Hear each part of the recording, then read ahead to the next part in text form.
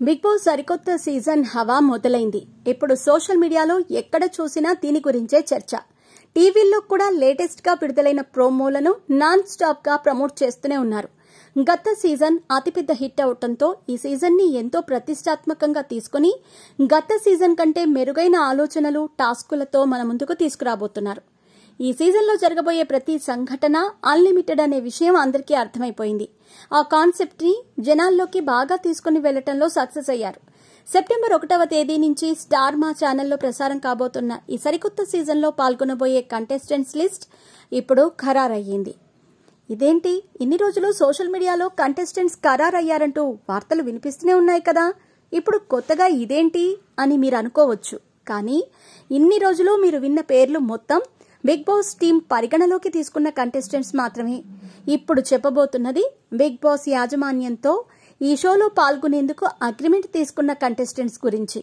వారిలో ఇప్పటికే గత సీజన్ అమర్దీప్ సతీమణి తేజస్విని గౌడ, అంజలి పవన్, రీతూ చౌదరి అగ్రిమెంట్ చేసుకున్న విషయం మనందరికీ తెలుసు.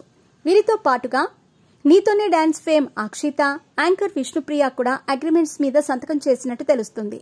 అలాగే మన చిన్నతనంలో వచ్చిన super hit movie Lahiri Lahiri లాహిరిలో చిత్రం మీ అందరికీ గుర్తుండే ఉంటుంది. ఈ సినిమాలో హీరోగా నటించిన ఆదిత్య ఓంతో కూడా బిగ్ బాస్ యాజమాన్యం అగ్రిమెంట్ చేసుకుందట. ఇతగాడు మీడియాకి దూరంగా ఉన్నాడు, కానీ ఇన్స్టాగ్రామ్లో మాత్రం ఎప్పుడూ యాక్టివ్గానే ఉంటాడు. అంతేకాదు, ఇతనికి 1 మిలియన్కి పైగా ఫాలోవర్స్ కూడా ఉన్నారు. ఇక ఇదిలా ఉండగా యూట్యూబ్లో బాగా పాపులారిటీ సంపాదించుకున్న కాకినాడ పిల్ల కూడా ఖరారయ్యిందట.